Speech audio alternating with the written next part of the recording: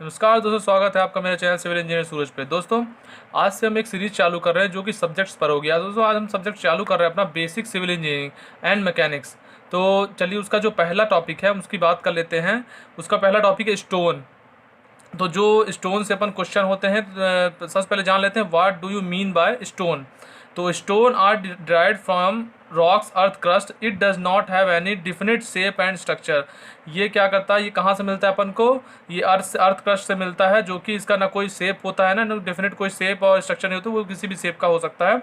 In actual these are fragmented parts of rock, these are mainly found by weathering of sedimentary rock by sun rays, wind and water. Sedimentary rocks are formed by deposition of broken up material, those are weathered from primary rocks.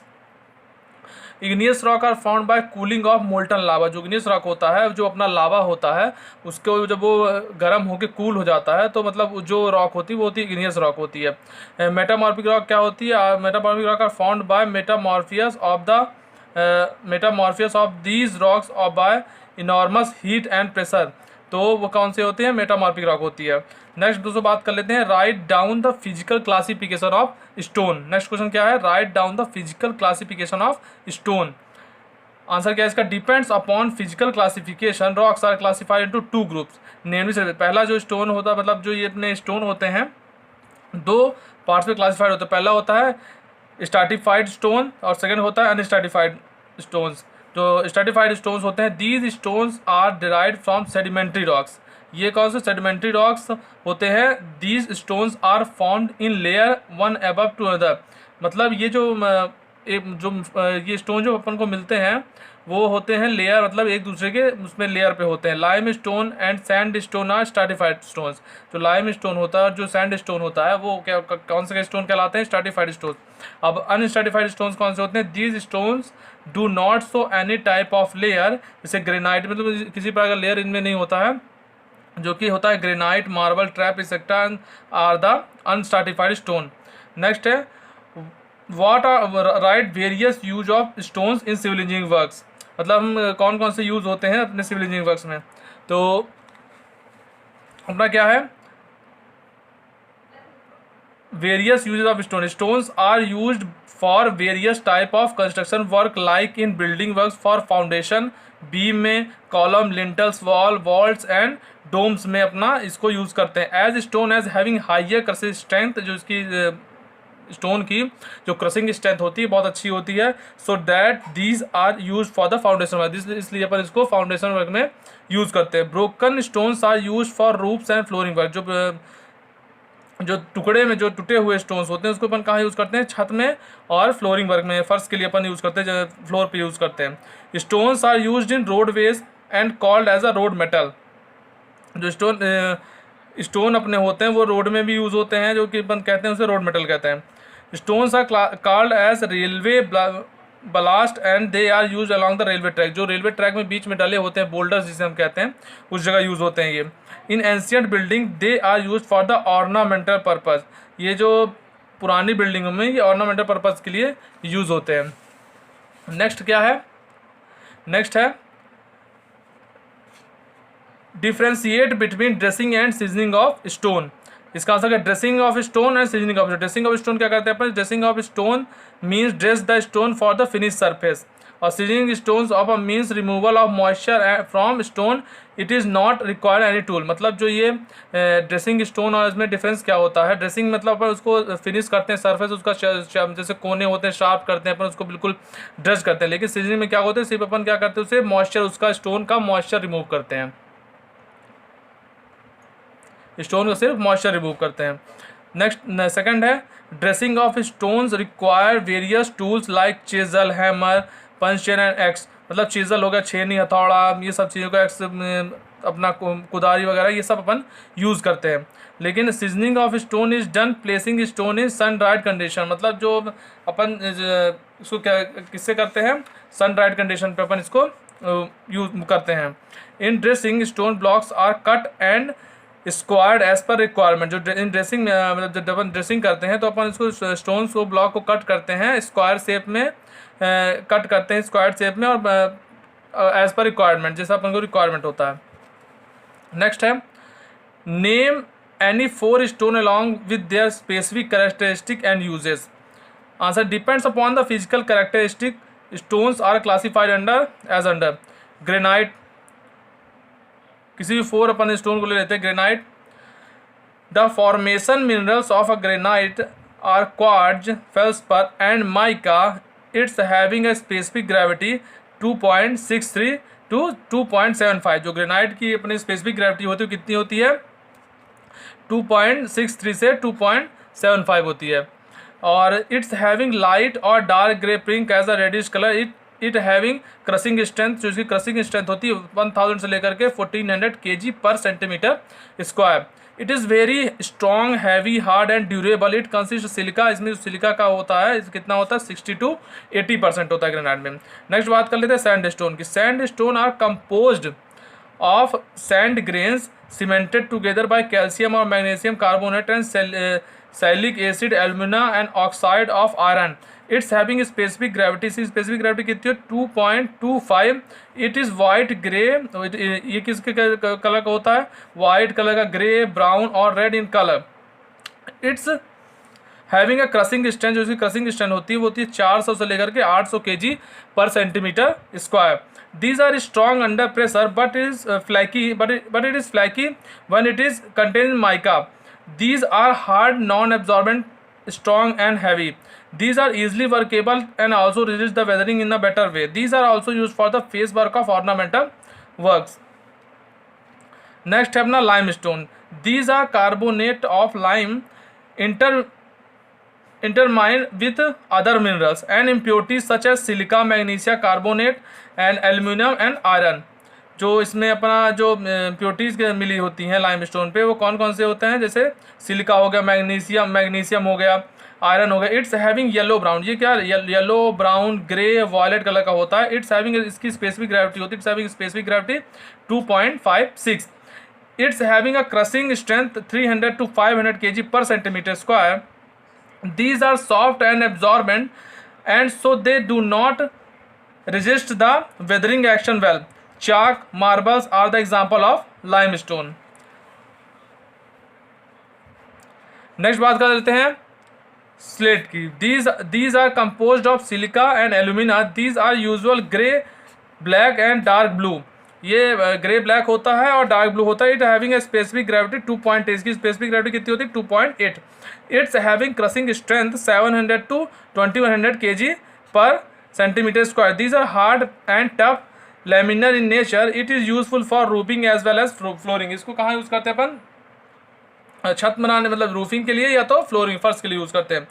Next है अपना what are the various usages of stone and the name of some commonly uses. तो अपन ने तो use of stone देख लिया, पहले पढ़ चुके हैं. अब बात लेते हैं type of stones commonly are use. कौन कौन से अपने यूज़ होते हैं स्टोन्स? पहला granite, sand stone, lime stone, slate, marble, trap, gneiss, basalt. इतने प्रकार के स्टोन यूज होते हैं.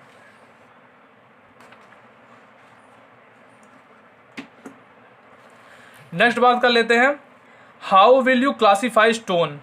आप कैसे क्लासीफाई करेंगे अपन?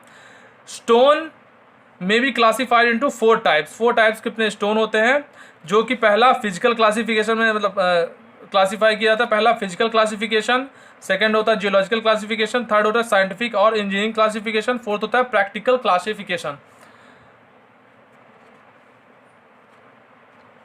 अब हम बात कर लेते हैं जो अपने फिजिकल क्लासिफिकेशन अपन ने पढ़ चुके हैं, क्योंकि अपने फिजिकल क्लासिफिकेशन कौन कौन से होते हैं अपने वही stratified stone and unstratified stone, जो मैं आपको बता चुका हूँ. नेक्स्ट है अपना geological classification. Depends on geological formation of rocks. Stones are classified as igneous, sedimentary and metamorphic rock. तो ये होता है अपना मतलब जो अपनी रॉक होती हैं डिपेंड्स ऑन जियोलॉजिकल जो रॉक्स होती है अपन इग्नियस, सेडिमेंट्री और मेटामॉर्फिक रॉक. पहला है अपना igneous rock. These are found by cooling of molten lava. ये अपन को कहाँ से मिलती है? जो अपने लावा जो होते हैं वो ठंडे हो जाते हैं, वहाँ से अपन को मिलती है. Structure of stone depends on the rate of cooling of lava. These lava becomes hard on a cooling and form igneous rock. जो अपने लावा होता है ज्वालामुखी लावा होता है उसमें क्या होता है, ये भी हार्ड हो जाता है और कूल के मतलब वो अपने को इग्नियस रॉक मिलता है। These rocks are durable, hard, massive and stronger than other stone. जो ये स्टोन रॉक होता है ये ड्यूरेबल होता है, हार्ड होता है, मैसिव होता है, स्ट्रॉन्ग रहता है अदर दूसरे मतलब पत्थर से। नेक्स्ट बात कर ले sedimentary rocks. These are found by deposition of sediments due to action of air and water. ये अपन को कहाँ से मिलता है सेडिमेंट? ड्यू टू जो मतलब जो हवा और पानी के कटाव से जो भी अपन को उसके डिपोजिशन मतलब से मिलता है सेडिमेंट। जो सेडिमेंट मतलब तो जो हवा पानी और उसके जो अपने समुद्र होते हैं उसके पास जो अपना जो सेडिमेंट प्रोसेस होती है उससे अपन को ही मिलते हैं। Due to action of high speed wind and heavy rain igneous rock are disintegrate and deposited in layer in on the earth crust and form sedimentary rocks. जो अपना जब अपना ये हवा चलती है तो हैवी रेन होती है, जो अपनी इग्नियस रॉक होती है वो डिसग्रेनेट हो जाता है, डिपॉजिट हो जाता है लेयर में और किसने अर्थ क्रस्ट में, एंड फॉर्म वो क्या मिलता है अपन को, वो क्या कन्वर्ट हो जाता है उसमें सेडिमेंट्री रॉक्स में। दीज आर मतलब वो क्या कहलाते हैं lime stone, sand stone and slate are the sedimentary rock. जो लाइम स्टोन है और सैंड स्टोन और स्लेट अपना क्या है सेडिमेंट्री रॉक है। नेक्स्ट बात कर लेते हैं मेटामॉर्फिक रॉक की। Metamorphic these rocks are either the sedimentary rocks और igneous rock whose physical and chemical properties are changed due to action of high temperature and pressure। मतलब the rocks are either sedimentary rocks or igneous rock whose physical and chemical property, जो इन्हीं दोनों rocks में physical और chemical property change होती है action of high temperature और pressure के कारण, तो वो क्या कहलाता है मेटामॉर्फिक रॉक होता है। जैसे example dolomite, slate, marble, gneiss are the metamorphic rock.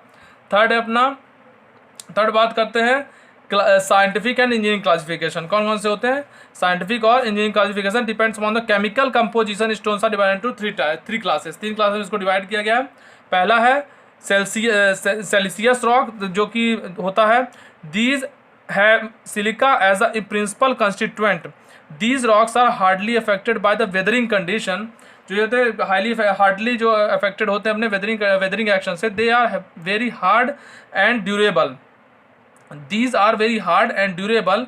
जैसे ग्रेनाइट हो गया, sand stone, gneiss, basalt, trap, syenite are the siliceous rock. ये क्या है? सेल्सियस रॉक है। अब एर्गिलेसियस रॉक, अब इसमें क्या कहलाता है? These have clay as the principal constituent. These stones are hard and durable but brittle in nature. Slate and laterite are the argillaceous rock. ये अपने क्या कहलाते हैं? स्लेट और लेटरेट क्या होता है अपने को? एर्गिलियस रॉक कहलाते हैं। नेक्स्ट बात करते हैं कैल्सियस रॉक। कैल्सियस रॉक क्या कहलाते हैं? These have carbonate of lime as the principal constituent. Lime stone, marble, kankar, dolomite and the gravel are the calcareous rock. ये क्या कहलाती है? कैल्सियस रॉक कहलाती है। नेक्स्ट बात कर लेते हैं what are the qualities of a good building stone. अपना नेक्स्ट क्वेश्चन क्या है? What are the quality of good building stones? A stone should have be hard, strong and durable to resist wear and tear due to atmospheric action। जो मतलब अपना building stone होना चाहिए वो hard, strong और durable और अपना सहने की क्षमता, एटमॉस्फेरिक एक्शन को सहने की उसमें क्षमता होनी चाहिए। It should be free from cracks, वो क्रैक से फ्री होना चाहिए, कैविटीज से, फ्लॉस से, सॉफ्ट मटेरियल से, पैचेस से, लूज ऑर्गेनिक मटेरियल से फ्री होना चाहिए। It should be close grand, compact texture end of uniforms. Our similarly limestone should not absorb more than 17% of water 17% of water their volume। जो limestone होता है वो 17% से अपने वॉल्यूम से 17% पानी नहीं एब्जॉर्ब करना चाहिए। Granite should not absorb more than 1% water, मतलब जो अपने वॉल्यूम से ग्रेनाइट 1% से ज़्यादा पानी नहीं एब्जॉर्ब करना चाहिए। वो क्या होता है? गुड क्वालिटी ऑफ ब्रिक्स होता है, sorry good quality of stone होता है। Write down the various test perform on stone. कौन कौन से अपन टेस्ट परफॉर्म करते हैं? पहले the quality of any stone can be judged by appearance, weight, texture and structure. जो अपन क्वालिटी ऑफ किसी स्टोन की क्वालिटी अपन कैसे जज करते हैं? उसके वेट से, उसके टेक्सचर से एंड उसके स्ट्रक्चर से। But there are some test with help of these test we can know about the quality of any stone. पहला होता है फॉलोइंग दीज टेस्ट। पहला होता है स्मिथ टेस्ट, सेकंड एसिड और तीसरा होता है एब्जॉर्प्शन और चौथा होता है रेजिस्टेंस ऑफ क्रशिंग, फिर हार्डनेस, टफनेस और भी देखते हैं। पहला क्या होता है इसमें से, a piece of a stone chip having small size and which one freshly quarried it kept in a glass of clean water, 1/3 full. Stir water for a half an hour. If only slightly coolness is present, that means stone is good and durable. If the water is too dirty, it will indicate that the stones contains too much of soluble earthy and mineral matters. क्या करते हैं, पहले में एक piece ले लेते हैं stone की चिप का, स्मॉल साइज का ले लेते हैं, और एक उसमें ग्लास में पानी ले लेते हैं, साफ पानी लेते हैं। फिर उसमें क्या करते हैं, 1/3 पानी उसे फिल कर देते हैं चिप में डालकर। फिर उसको आधे घंटे तक हम उसको ग्लास में डाल के उसको हिलाते हैं। फिर ओनली उसमें सिर्फ क्या होना चाहिए, यदि उसमें गुडनेस इज प्रेजेंट, मतलब हल्का बहुत थोड़ा बहुत अपना उसमें अगर स्लाइटली कलर चेंज होता है, that means stone is good and durable. If अगर जो पानी ज़्यादा ही डर्टी हो जाए, water is too dirty, will indicate the stone contains too much, मतलब तब उस पत्थर में बहुत ही ज़्यादा अर्थी मटेरियल और मिनरल मैटर्स उसमें मौजूद हैं।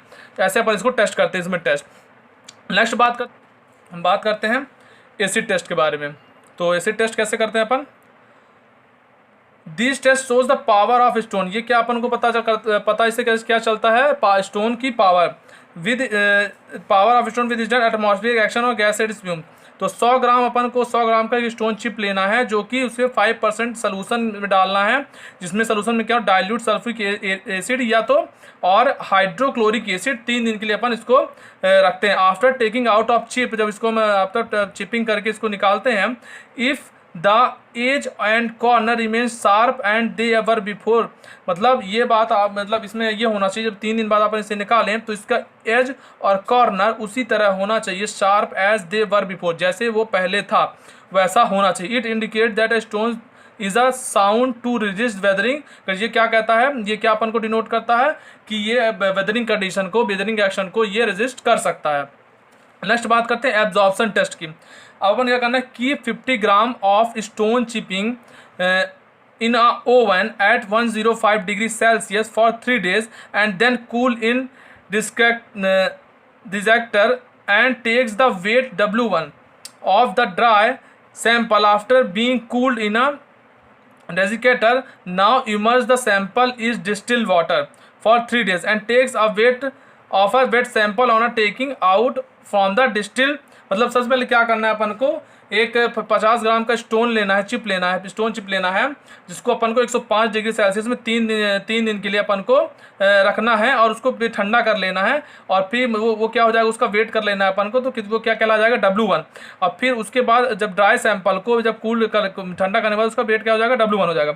अब हमें क्या करना है, इसी को सिंपल डिस्टिल वाटर में 3 दिन के लिए डुबो कर रखना है। तो वो वेट, फिर उसके बाद उसका वेट कर लेना है, जो कि कहलाएगा वो W2 and wet sample can take from the distil water. Then अब क्या एब्जॉर्प्शन कितना होना चाहिए उसमें, अपन एब्जॉर्ब कैसे, क्या परसेंटेज कैसे निकालेंगे। देन एब्जॉर्प्शन ऑफ वाटर, तो क्या करना है, W2 जो अपना वेट था, wait minus dry upon dry into 100 करके अपन इसको परसेंटेज निकालेंगे कि हाँ इतने परसेंट इसका एब्जॉर्प्शन टेस्ट हुआ है, मतलब इतना परसेंट एब्जॉर्ब इसने पानी किया है। तो फोर्थ बात कर लेते हैं रेजिस्टेंस टू क्रशिंग। इसकी बात कर लेते हैं resistance to crushing. The crushing strength of stone may be tested in a crushing testing machine. Testing blocks are usually 10 centimetre cube. जो अपन को इसका स्ट्रेंथ टेस्ट करना पड़ेगा, उसमें 10 सेंटीमीटर का अपना क्यूब होना चाहिए, जो कि होता है 10 उसका क्यूब होना चाहिए। 10 सेंटीमीटर मतलब 10 सेंटीमीटर 100 mm का अपना क्यूब होना चाहिए। दीज 3 नंबर ऑफ ब्लॉक्स, जो कि 3 नंबर ब्लॉक अपन इसमें टेस्ट करते हैं। These specimen blocks are placed into water for 72 hours, मतलब इसको 72 घंटे के लिए, 3 दिन के लिए अपन उसको पानी पे डिप करके रखते हैं। After 72 hours the specimen are taken out from water. इसको अपन पानी से बाहर निकालना है। The surface of specimen is covered with plaster of Paris and load is then applied to actually on the cube. पहले इसको अपन को किससे कवर करना है, प्लास्टर ऑफ पेरिस से कवर करना है, फिर इसमें लोड देना है किससे, on cube in a crushing testing machine से। The rate of loading is 13.72 Newton पर मिनट। इसमें अपन को क्या देना है, लोड देना है। The crushing strength of stone per unit area is the maximum load which it sample crushing and fail divide by the area of the bearing face of specimen. The crushing strength various stone very from कितना करना चाहिए, 150 से 1000 kg per centimetre square इसको causing strength होनी चाहिए। Next बात कर लेते हैं हार्डनेस। कौन सा टेस्ट करते हैं, hardness of a stone is tested by scratching the stones by with a knife. मतलब जो इसका हार्डनेस कैसे टेस्ट करेंगे, एक नाइफ चक्कू ले लेंगे और उसको एक पत्थर लेकर के इसको अपन स्क्रैच करेंगे, तो वो अपन को उससे उसका हार्डनेस मतलब स्क्रैच नहीं आना चाहिए, वो अपना इसे हार्डनेस टेस्ट करेंगे। टफनेस टेस्ट कैसे करेंगे, toughness of stone is tested by the breaking the stone under the hammer in actual toughness resistance out to the hammering. मतलब एक हैमर लेकर के उसको पत्थर को तोड़ेंगे, उससे अपन को क्या होगा, कितना वो रेजिस्ट कर सकता है, उससे अपन इसका टफनेस टेस्ट करेंगे।